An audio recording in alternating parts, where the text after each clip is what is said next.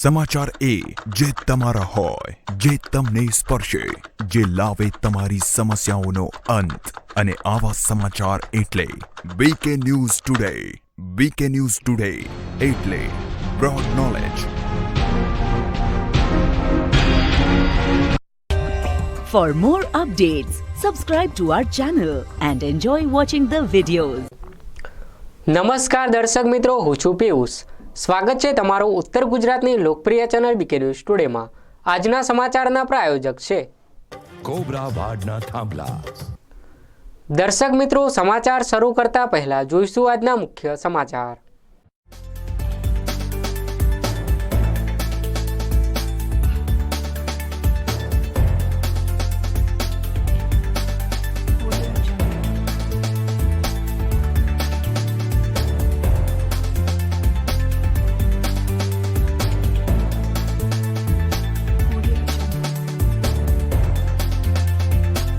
હિમાલયમાં હિમવર્ષાને પગલે ડિસ્સામાં સિઝનની સૌથી વધુ ઠંડી 8.8 ડિગ્રી નોંધાઈ. રાજસ્થાનનું માઉન્ટ બન્યું બર્ફીલું. બનાસકાંઠા જિલ્લામાં આવતીકાલે યોજાનાર ગ્રામ પંચાયતની ચૂંટણીને લઈને તંત્ર બન્યું સજ્જ. મતદારોમાં પણ ઉત્સાહ. ડિસ્સામાં હિન્દુ યુવા સંગઠનની અનોખી સેવા. 4 વર્ષથી એપેન્ડિક્સના દર્દથી પીડાતી યુવતીને સારવાર અપાઈ. ડિસ્સા તાલુકાના જેરડા ગામ પાસે કાર ચાલકે રિક્ષાને ટક્કર મારતા રિક્ષામાં સવાર 3 લોકો ઈજાગ્રસ્ત. હવે જોઈએ સમાચાર વિગતવાર. ઉત્તર પૂર્વીય પવનો અને ઉત્તર ભારતમાં ભારે હિમવર્ષાને પગલે બનાસકાંઠા જિલ્લામાં પણ તાપમાનનો પારો ગગડી ગયો છે. આજે ડિસ્સામાં લઘુત્તમ તાપમાન 8.8 ડિગ્રી નોંધાતા લોકો ઠંડીમાં ઠૂંઠવાયા હતા. જોકે હજુ પણ આગામી 48 કલાક સુધી કોલ્ડ વેવની આગાહી હવામાન વિભાગ દ્વારા કરવામાં આવી છે. ઉત્તર પૂર્વીય પવનો અને ઉત્તર ભારતમાં ભારે હિમવર્ષાને પગલે બનાસકાંઠા જિલ્લામાં પણ તાપમાનનો પારો ગગડી ગયો છે. આજે ડિસ્સામાં લઘુત્તમ તાપમાન 8.8 ડિગ્રી નોંધાતા લોકો ઠંડીમાં ઠૂંઠવાયા હતા. જોકે હજુ પણ આગામી 48 કલાક સુધી કોલ્ડ વેવની આગાહી હવામાન વિભાગ દ્વારા કરવામાં આવી છે. ઉત્તર પૂર્વીય પવનો અને કાશ્મીરમાં ભારે હિમવર્ષાની સીધી અસર ગુજરાત અને બનાસકાંઠામાં પણ થઈ રહ્યું છે. આજે બનાસકાંઠા જિલ્લામાં પણ તાપમાનનો પારો ગગડી ગયો હતો. ડિસ્સામાં આજે લઘુત્તમ તાપમાન 8.8 ડિગ્રી નોંધાયું હતું, જે સિઝનનું સૌથી નીચું તાપમાન છે. છેલ્લા 2 દિવસમાં જ કોલ્ડ વેવના કારણે તાપમાનમાં 4 ડિગ્રીનો ઘટાડો નોંધાયો છે.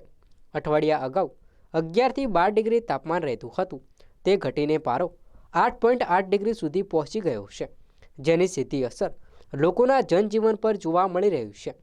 લોકો રાતે તો ઠીક, પરંતુ દિવસે પણ ગરમ કપડાં પહેરીને જ ઘરની બહાર નીકળવાની નોબત આવી છે. રાત્રે પણ લોકો ઠંડીથી બચવા માટે તાપણાનો સહારો લઈ રહ્યા છે અને દિવસ દરમિયાન પણ લોકો ગરમ કપડાં પહેરીને જ ઘરની બહાર નીકળી રહ્યા છે. જોકે આગામી 48 કલાક સુધી હજુ પણ કોલ્ડ વેવની સ્થિતિ રહેશે તેવી આગાહી હવામાન વિભાગે કરી છે, જેથી લોકોએ હજુ પણ વધારે ઠંડીનો સામનો કરવો પડે તેવી પરિસ્થિતિ બની શકે છે. ડીસાની અંદર દર વર્ષ કરતાં આજની ઠંડી ખૂબ છે અને લોકો સવારે ઘરથી બહાર નીકળવાનું ટાળે છે. લગભગ 10 વાગ્યા સુધી તો કોઈ ઘરની બહાર જ નહીં નીકળતું અને સાંજે 6-7 વાગે એટલે બધા રસ્તા સુમસામ થઈ જાય છે અને બપોરના પણ તડકાની અંદર બેસવાનું વધારે પસંદ કરે છે, કારણ કે આજે બહુ ઠંડી છે.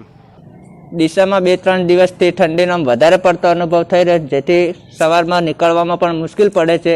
જેથી અમે સાંજના આવીને તાપણું કરીએ છીએ, જે અમારે શરીરને નુકસાન ન પડે તેના માટે અમે ગરમીનો માહોલ તરીકે સ્વેટર, મોઢે રૂમાલ ને એવું પહેરીને અમે તાપ કરીએ છીએ. ઉત્તર પૂર્વીય પવનોને કારણે રાજસ્થાનનું હિલ સ્ટેશન માઉન્ટ આબુમાં 3 ડિગ્રીની ઠંડી પડી રહી છે. આજે માઉન્ટ આબુમાં -3 અને ગુરુ શિખર પર -5 ડિગ્રી તાપમાન નોંધાતા સહેલાણીઓ પણ ધ્રુજી ઉઠ્યા હતા. ઉત્તર પૂર્વીય પવનોના કારણે રાજસ્થાનનું હિલ સ્ટેશન માઉન્ટ આબુમાં 3 ડિગ્રીની ઠંડી પડી રહી છે. આજે માઉન્ટ આબુમાં -3 અને ગુરુ શિખર પર -5 ડિગ્રી તાપમાન નોંધાતા સહેલાણીઓ પણ ધ્રુજી ઉઠ્યા હતા. જ્યારે લોકોએ મોઢામાંથી ધુમાડા નીકળતી ઠંડીનો રોમાંચક અહેસાસ કર્યો હતો. છેલ્લા 2 દિવસથી ઉત્તર ભારતના પહાડી વિસ્તારોમાં હિમવર્ષાની અસર અન્ય રાજ્યોમાં જોવા મળી રહી છે, જેમાં ગુજરાતીઓનું મનપસંદ રાજસ્થાનનું હિલ સ્ટેશન માઉન્ટ આબુમાં કડકડતી ઠંડી પડી હતી, જેમાં આજે લઘુત્તમ તાપમાન -3 ડિગ્રી જ્યારે મહત્તમ તાપમાન 21 ડિગ્રી નોંધાયું હતું. તાપમાનનો પારો ગગડ્યા બાદ મેદાની વિસ્તારોમાં ચારે બાજુ બરફ જોવા મળ્યો હતો. ઘરોની બહાર રાખવામાં આવેલા પાણી પણ થીજી ગયા હતા. ડુંગરાળ વિસ્તારોમાં વહેતા નાળાઓમાં પણ પાણી થીજી ગયા હતા. હોટલ અને ઘરો પર લગાવવામાં આવેલ સોલાર હીટરની પાઇપોમાં પણ પાણી જામી ગયું હતું. આ વર્ષે શિયાળામાં પ્રથમવાર આવી કડકડતી ઠંડીના કારણે બાળકો અને વૃદ્ધોને ભારે હાલાકીનો સામનો કરવો પડી રહ્યો છે. લોકો બોનફાયર પ્રગટાવીને શિયાળાથી બચવાનો પ્રયાસ કરી રહ્યા છે, તો બીજી તરફ માઉન્ટ આબુ પહોંચેલા પ્રવાસીઓ પણ આ સિઝનની મજા માણી રહ્યા છે. વહેલી સવારે નકી લેક ફરવા નીકળેલા પ્રવાસીઓ ચાની ચુસ્કીઓ લઈને ઠંડીને દૂર કરતા જોવા મળ્યા હતા. છેલ્લા 3 દિવસથી માઉન્ટ આબુમાં ઠંડીનો જોરદાર પ્રકોપ જોવા મળી રહ્યો છે. સિઝનની સૌથી વધુ ઠંડી રાત્રે અને સવારે હતી, જેના કારણે લોકોને વહેલી સવારે વાહનો શરૂ કરવામાં મુશ્કેલી પડી હતી, જેથી લોકોએ ધક્કા મારી ગાડી ચાલુ કરવાની નોબત આવી હતી. આમ અસહ્ય ઠંડીના કારણે લોકોનું જનજીવન પ્રભાવિત થયું હતું. आज तो बहुत भयंकर कड़ाके की सर्दी है. हमारे यहाँ होटल के ऊपर जो ये सोलर की पाइपें लगी हुई है, ये पूरी ब्लॉक हो गई है. जो पानी सप्लाई ऊपर से नीचे होता है वो भी पूरा जम गया है. और आपके सामने है, देखो एकदम हार्ड आइस हो गया है. बिल्कुल बिल्कुल एकदम हार्ड आइस. कितने दिनों से माउंट आबू में ऐसी सर्दी पड़ रही है? कम से कम 1 वीक से बहुत सर्दी पड़ रही है, लेकिन आज तो बहुत ही कड़ाके की सर्दी है.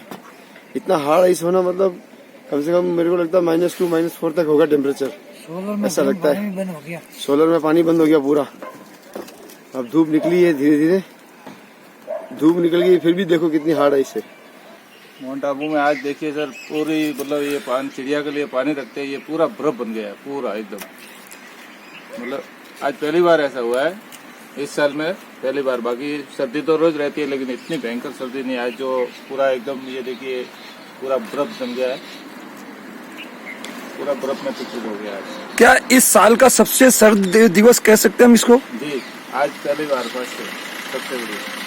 मतलब इतनी सर्दी अभी तक नहीं पड़ी. आज ही मतलब. परंतु हर रोज माउंट आबू में बर्फ देखी जाती है, उसमें और आज में क्या फर्क है? बहुत फर्क है आज, मतलब बहुत ही फर्क है. आज बर्फ इतनी मतलब रोज तो औस रहती है, लेकिन आज बर्फ बन गई. पानी जैसे चिड़िया का पानी पूरा बर्फ बन गया. आप इस सर्दी से बचने के लिए, क्योंकि आप रात के चौकीदार भी हैं, सर्दी से बचने के लिए क्या करते हैं? हम तो डेली हो गए, आदत भी पड़ गई है. और देखिए कपड़े भी थोड़े व्यवस्थित पहन के आते हैं, और ड्यूटी तो करना ही पड़ेगा. आज माइनस के अंदर लगभग टेम्परेचर है और लगभग सारी गाड़ियों पर बर्फ जमा हुआ है. गाड़ियां चालू नहीं हो रही थी, बहुत मशक्कत के बाद गाड़ियां चालू हुई है. जब तक सूरज की किरणें गाड़ियों पर गिरेगी नहीं, तब तक गाड़ी चालू होने की संभावना नहीं रहती. लेकिन कुछ गाड़ियां चालू हो गई है. मुझे बहुत तकलीफ पड़ी. मुझे मेरे गेस्ट को छोड़ने जाना है, उनकी ट्रेन है 8:30 बजे. 15-20 मिनट तक मेरी गाड़ी चालू नहीं हुई, क्योंकि मेरी गाड़ी पे बर्फ जमा हुआ. बहुत परेशानी हुई. થરાદના 4 રસ્તા પર પાઇપલાઇન લીકેજ થતા રસ્તા પર પાણી ભરાતા મુસાફરોએ મુશ્કેલીનો સામનો કરવો પડ્યો હતો. થરાદના 4 રસ્તા પર પાઇપલાઇનમાંથી લીકેજ થવાને કારણે પાણી છેક હાઈવે પર રેલાય છે. પરિણામે રોજબરોજ બસ કે અન્ય વાહનોમાં અપડાઉન કરતા વિદ્યાર્થીઓ, કર્મચારીઓ અને મુસાફરોને 4 રસ્તા પર એકઠા થયેલા પાણીને લઈ ભારે મુશ્કેલીનો સામનો કરવો પડી રહ્યો છે. આજુબાજુ ઊભા રહેતા લારી ગલ્લા ધરાવતા નાના વેપારીઓ પણ મુશ્કેલીઓ ભોગવી રહ્યા છે. રોજ સવારે મોર્નિંગ વોકમાં નીકળતા લોકોએ જણાવ્યું હતું કે અહીંયા પાણીનો બગાડ થાય છે, જ્યારે સોસાયટીઓમાં ટીપા ટીપા પાણી માટે લોકો તરસી રહ્યા છે. વળી છેલ્લા મહિના કરતાં પણ વધારે સમયથી સતત અને એકધારો પાછી ગંદકી કરતું હોય મચ્છરજન્ય બીમારીઓ પણ નોતરવાની પૂરી શક્યતા છે. છતાં પણ પાણી પુરવઠા વિભાગ દ્વારા પાઇપલાઇનનું લીકેજ રિપેર કરવામાં આવતું નથી. આથી પાણીની બચતો દૂર પણ બગાડ થઈ રહ્યો છે. આવતીકાલે ડીસા તાલુકામાં 83 ગ્રામ પંચાયતની ચૂંટણીનું મતદાન યોજાનાર છે, જેને લઈ આજે ડીસા તાલુકાના કંસારી ગામમાં મતદારોમાં ખુશીનો માહોલ જોવા મળ્યો હતો. આવતીકાલે ડીસા તાલુકામાં 83 ગ્રામ પંચાયતની ચૂંટણીનું મતદાન યોજાનાર છે, જેને લઈ આજે ડીસા તાલુકાના કંસારી ગામમાં મતદારોમાં ખુશીનો માહોલ જોવા મળ્યો હતો. ડીસા તાલુકાના કંસારી ગામમાં આવતીકાલે ગ્રામ પંચાયતની યોજાનારી ચૂંટણીને લઈ મતદારોમાં ઉત્સાહ જોવા મળી રહ્યો છે. ખાસ કરીને ડીસા તાલુકાના કંસારી ગામે ગ્રામ પંચાયતમાં 3200 મતદારો છે અને આવતીકાલે કંસારી ગામમાં યોજાનારી ગ્રામ પંચાયતની ચૂંટણીમાં પોતાનો લોકપ્રિય ઉમેદવાર પસંદ કરશે. ખાસ કરીને આ વખતે કંસારી ગામમાંથી મહિલા ઉમેદવાર તરીકે ચંપાબેન ઠાકરસિંહ દેવડા મેદાનમાં છે. આ મહિલા ઉમેદવારને આ વખતે દરેક સમાજનું સાથ અને સહકાર મળી રહ્યો છે. ખાસ કરીને વાત કરવામાં આવે તો નાના કુટુંબમાંથી આવતા ચંપાબેન પોતે ખેતી કરી પોતાના પરિવાર સાથે રહે છે. ત્યારે આ વખતે સરપંચ તરીકે તેઓ કંસારી ગ્રામ પંચાયતની સીટ પર ઉમેદવારી નોંધાવી છે. ત્યારે આવતીકાલે કંસારી ગામે યોજાનારી સરપંચ પદ માટેની ચૂંટણીમાં ચંપાબેનને દરેક સમાજનું સમર્થન મળી રહ્યું છે. ગામનો વિકાસ થાય, ગામને સારા રસ્તાઓ મળે, લાઇટ સમયસર મળે તેમજ સફાઈની સુવિધા મળે તે માટે આ વખતે ગામ લોકોએ ચંપાબેન દીવડાને મેદાનમાં ઉતાર્યા છે. સતત દરેક સમાજની વચ્ચે રહી લોકોના કામ પૂરા કરવા માટે પણ ચંપાબેન દેવડા તૈયાર છે. ત્યારે આજે કંસારી ગામે યોજાનાર ચૂંટણીને લઈ મતદારોમાં પણ મતદાન કરવા માટેની એક આનંદ જોવા મળી રહ્યો છે. એના માટે હું સંપત છું.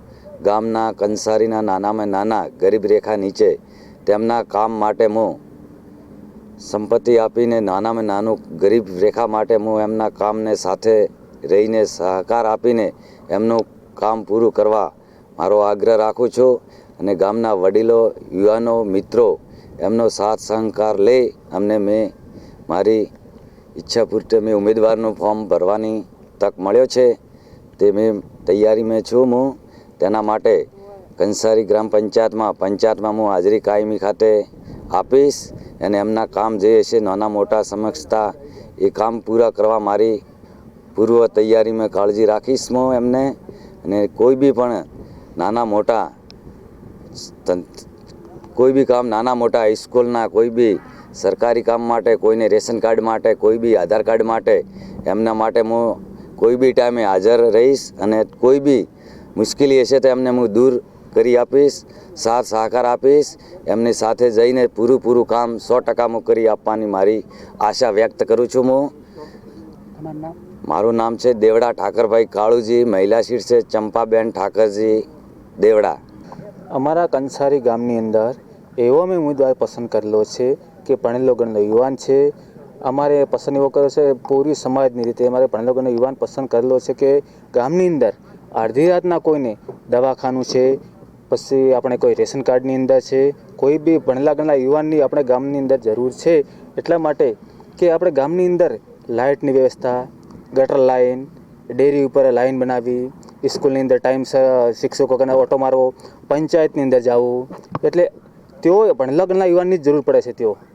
એટલે એની અંદર અમે યુવાન પસંદ કર્યો છે. એવા ઠાકરભાઈ અમારે એવા પસંદ કર્યા છે કે ભાઈ યુવાન ભણેલો હોય ને એ માટે જ અમારે થોડી સેફટી રહે.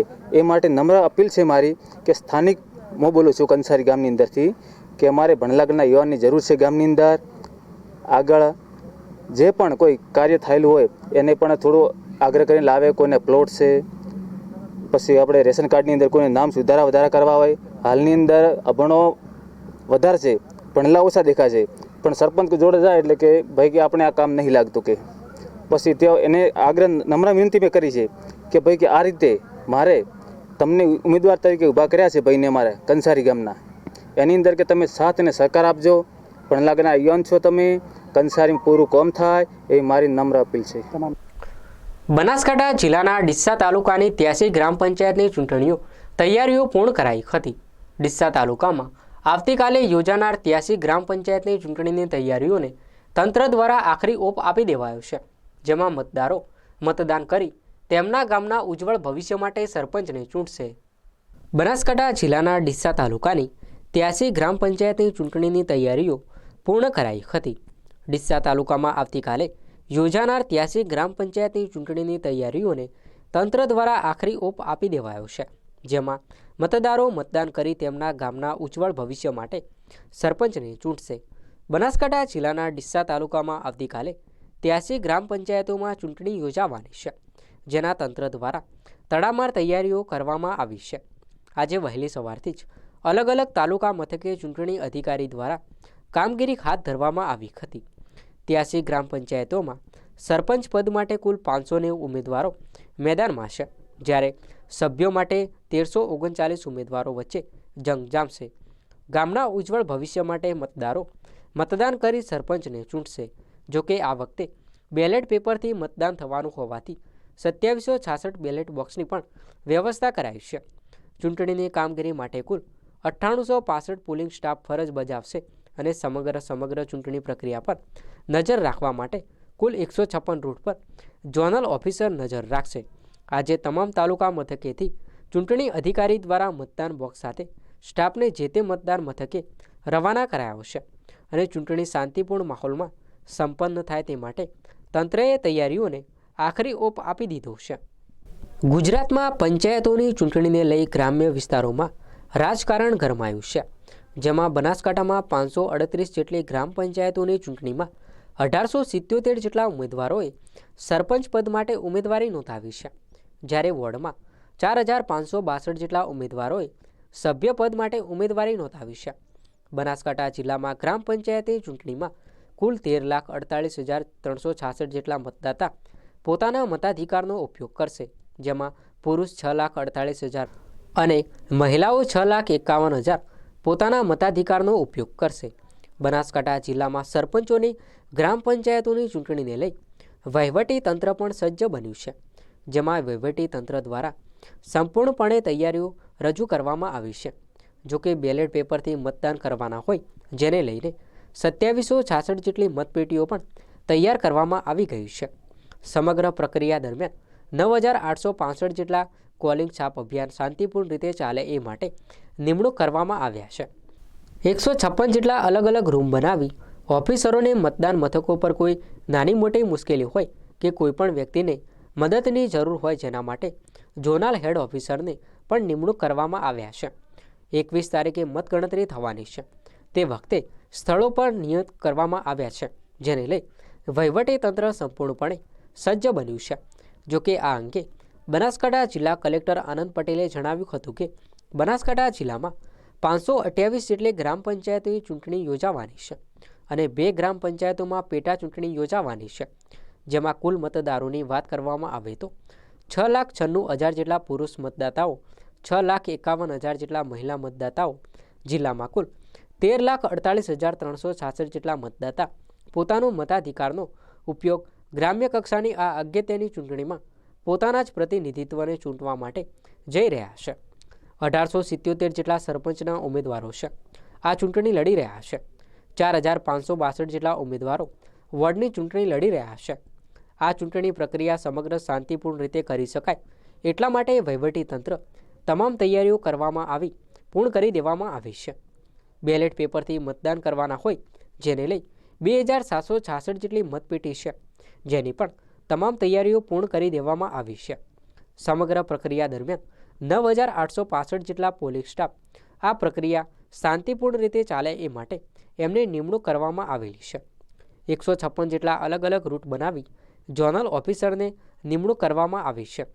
મતદાન મથકો પર કોઈ નાની મોટી મુશ્કેલીઓ હોય સત્વરે એ મુશ્કેલી દૂર કરી શકીએ, કોઈ પણ મદદની જરૂર હોય તે પણ આપણે પૂર્ણ કરી શકીએ. 21 તારીખે મતગણતરી થવાની છે તે બાબતે એ સ્થળોને નિયત કરવામાં આવ્યા છે. બનાસકાંઠા જિલ્લામાં ગ્રામ પંચાયત ચૂંટણીની જો આપણે વાત કરીએ તો લગભગ 528 જેટલી ગ્રામ પંચાયતોમાં સામાન્ય ચૂંટણી અને 2 ગ્રામ પંચાયતોમાં પેટા ચૂંટણીનું આયોજન થયેલ છે.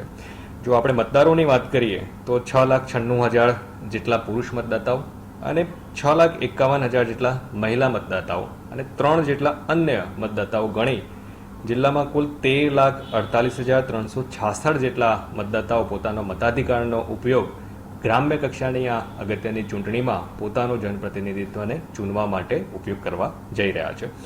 સરપંચ માટેના જે ઉમેદવારો છે તો લગભગ 1,877 જેટલા 1,877 જેટલા હરીફ ઉમેદવારો આ ચૂંટણી કન્ટેસ્ટ કરી રહ્યા છે અને વોર્ડ માટે 4,562 જેટલા હરીફ ઉમેદવારો આ ચૂંટણીમાં ભાગ લઈ રહ્યા છે. આ સમગ્ર ચૂંટણી પ્રક્રિયા શાંતિપૂર્ણ રીતના કરી શકાય એટલા માટે વહીવટીતંત્ર તરફથી તમામ જે પણ તૈયારીઓ કરવા પાત્ર હતી એ કરી દેવામાં આવેલી છે. 2766 જેટલી મતપેટી, કેમ કે આપણે જાણીએ છીએ કે આ વખતે મતપેટીથી આપણે બેલેટ પેપરથી એને મતદાન કરવાના છે, તો આ તમામ તૈયારીઓ આપણે મતપેટી માટેની પૂર્ણ કરી દીધેલી છે. સમગ્ર પ્રક્રિયા દરમિયાન 9,865 જેટલા પોલિંગ સ્ટાફ આ શાંતિપૂર્ણ રીતે પ્રક્રિયા સમગ્ર ચાલે એટલા માટે અને નિમણૂક આપવામાં આવેલી છે. 156 જેટલા અલગ અલગ રૂટ બનાવી ઝોનલ ઓફિસરોને પણ આપણે નિમણૂક આપેલી છે, જેથી કરીને મતદાન મથકે પણ કઈ નાની મોટી મુશ્કેલી હોય તો ઇમિડિયેટલી આપણે રિસ્પોન્ડ કરી શકીએ અને કંઈ પણ મદદની જરૂરિયાત હોય એ પણ આપણે એન્શ્યોર કરી શકીએ છીએ. 21 તારીખે જે મતગણતરી થવાની છે એ બાબતે પણ એના સ્તર વગેરે નિયત કરી દેવામાં આવેલા છે. એની પણ તૈયારીઓ આપણા તરફથી કરવામાં આવેલી છે. લો એન્ડ ઓર્ડર વાઇઝ પણ પોલીસ તંત્ર સાથે આ બાબતે અલગ અલગ બેઠકો કરી સ્થાનિક ડીસા કોલેજ દ્વારા આઝાદીના અમૃત મહોત્સવ અંતર્ગત કંસારી ગામે જનજાગૃતિ અભિયાન યોજાયું હતું. ડીસાની DNP arts and commerce college દ્વારા આઝાદી કા અમૃત મહોત્સવ શ્રેષ્ઠ ભારત કે 5 પ્રકલ્પ અંતર્ગત 10 ગામો પસંદ કરી 27 ઓક્ટોબરથી જનજાગૃતિ અભિયાન શરૂ કરવામાં આવ્યું છે. ત્યારે આજે ડીસા તાલુકાના કંસારી ગામે વિદ્યાર્થીઓએ જનજાગૃતિ માટે નાટક ભજવ્યું હતું. ડીસાના કંસારી ગામમાં આજે ડીએનપી આર્ટ્સ એન્ડ કોમર્સ કોલેજના પ્રોફેસર તૃપ્તિબેન, પ્રોફેસર મિત્તલબેન તથા પ્રોફેસર દિવ્યાબેનના સહકારથી વિવિધ પ્રકલ્પો અંતર્ગત રેલી દ્વારા જનજાગૃતિની સાથે સાથે નશાબંધી અંતર્ગત શેરી નાટક રજૂ કરવામાં આવ્યું હતું. જે બાદ પ્રોફેસર તૃપ્તિબેને ગામ લોકોને પર્યાવરણ જાગૃતિ, દહેજ નાબૂદી તથા વ્યસન મુક્તિ માટે વ્યાખ્યાન આપ્યું હતું.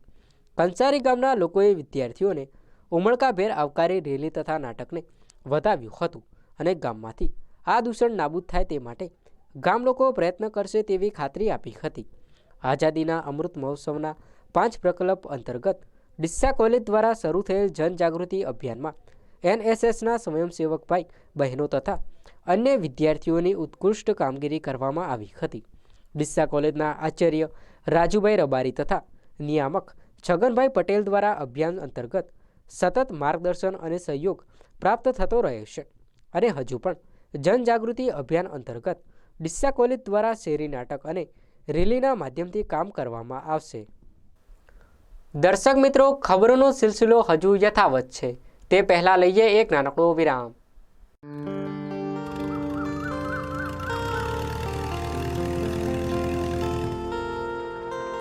કેમ ઉતાવળા?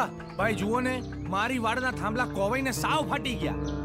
એ તો થવાનું જ હતું, પણ જ્યારે થાંભલા લેવા ગયા ને ત્યારે મોટી મોટી વાતો કરીને ગેરંટી આપતા હતા ને હવે વાત સાંભળવા તૈયાર નથી. બોલો લો, આને કહેવાય ડખો ને પડાવે વખો. એટલે મેં તો પહેલા જ કીધું તું કે બીજા લોકોની ખોટી વાતોમાં ના આવશો. આ ઊભા મારે કોબરા વાડના થાંભલા, જે મોસમ અને જંગલી પશુઓની માર સામે આજે મજબૂત અડીખમ ઊભા છે. હવે સમજાયું. સરકાર શ્રી દ્વારા સબસિડી પાત્ર કોબરા વાડના થાંભલા high bond fibre smart concrete ટેકનોલોજીથી બનાવેલ ISO 9001:2015 સર્ટિફાઈડ કોબરા વાડના થાંભલા તેમજ કાંટાળો વાયર અને જાળી. કોબરા વાડના થાંભલામાં હવે મળે છે 10 વર્ષની ગેરંટી, જેમાં થાંભલા ફુવારા કે વરસાદના પાણીથી ફાટી જાય તો 10 વર્ષની ગેરંટી.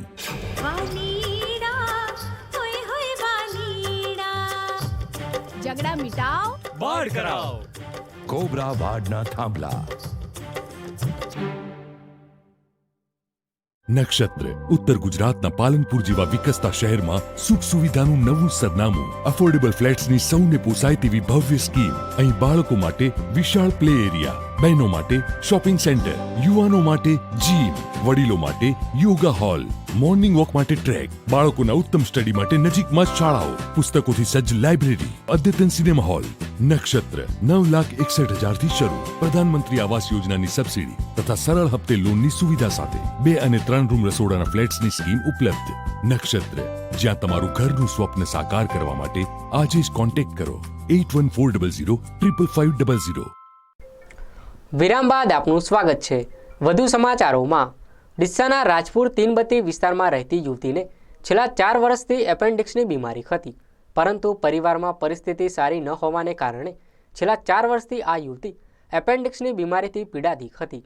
ત્યારે આજે ડીસા ખાતે કાર્યરત હિન્દુ યુવા સંગઠન દ્વારા આ યુવતીને વિનામૂલ્યે સારવાર આપવામાં આવી હતી.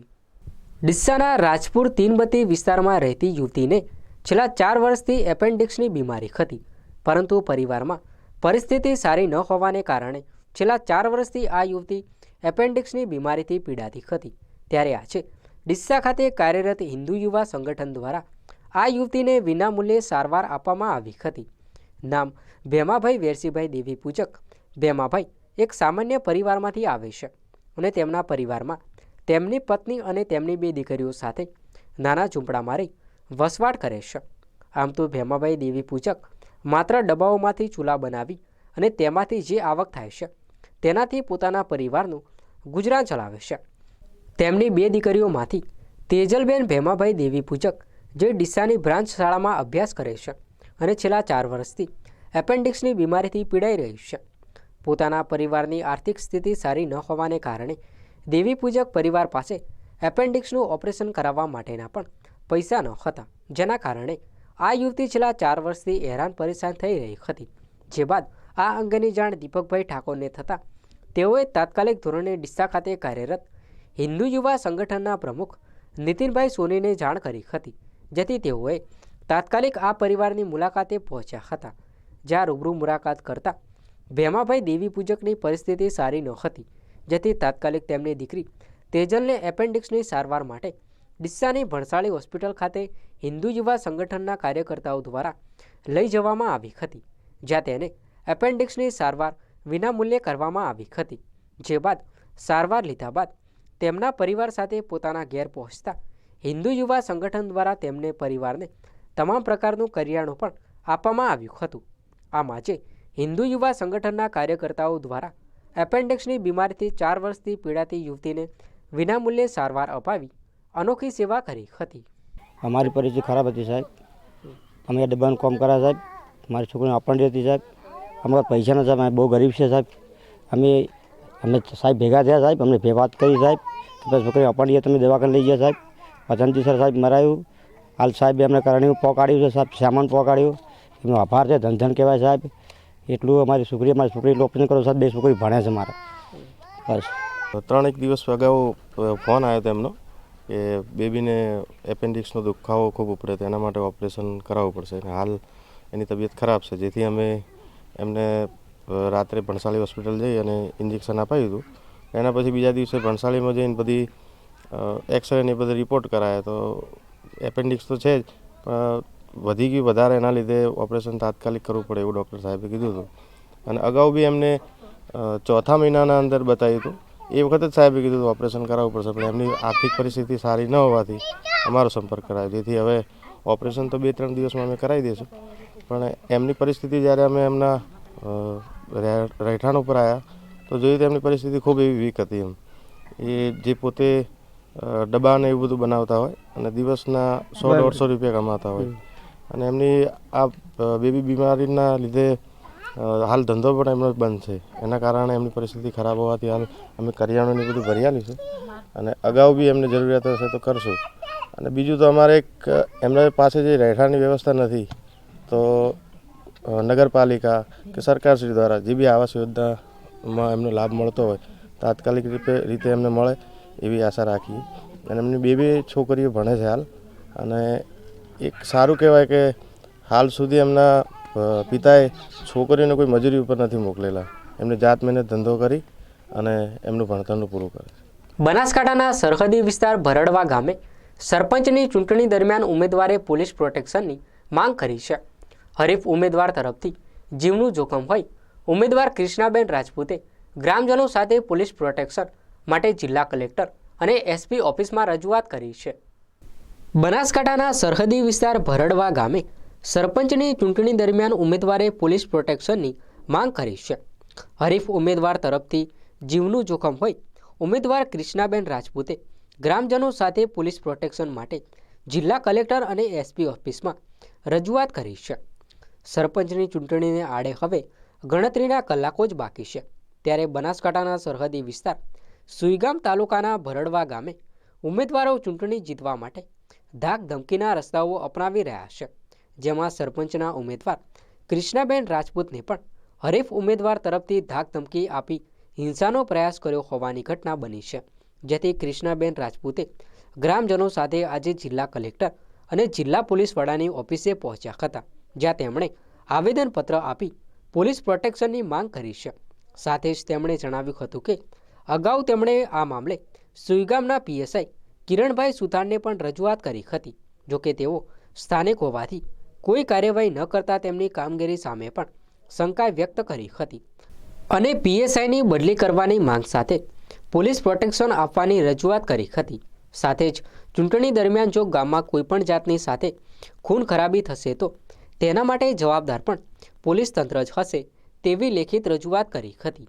ભરડવા ગામે સરપંચની ઉમેદવારી નોંધાવેલ છે અને મારા જીતવાના ચાન્સીસ વધારે છે, જેના કારણે સામે પક્ષવાળાઓએ અસામાજિક તત્વો બોલાઈ અને ગામમાં હિંસા થાય અને ખૂન ખરાબી થાય તેવા કાર્યો આચરી રહ્યા છે.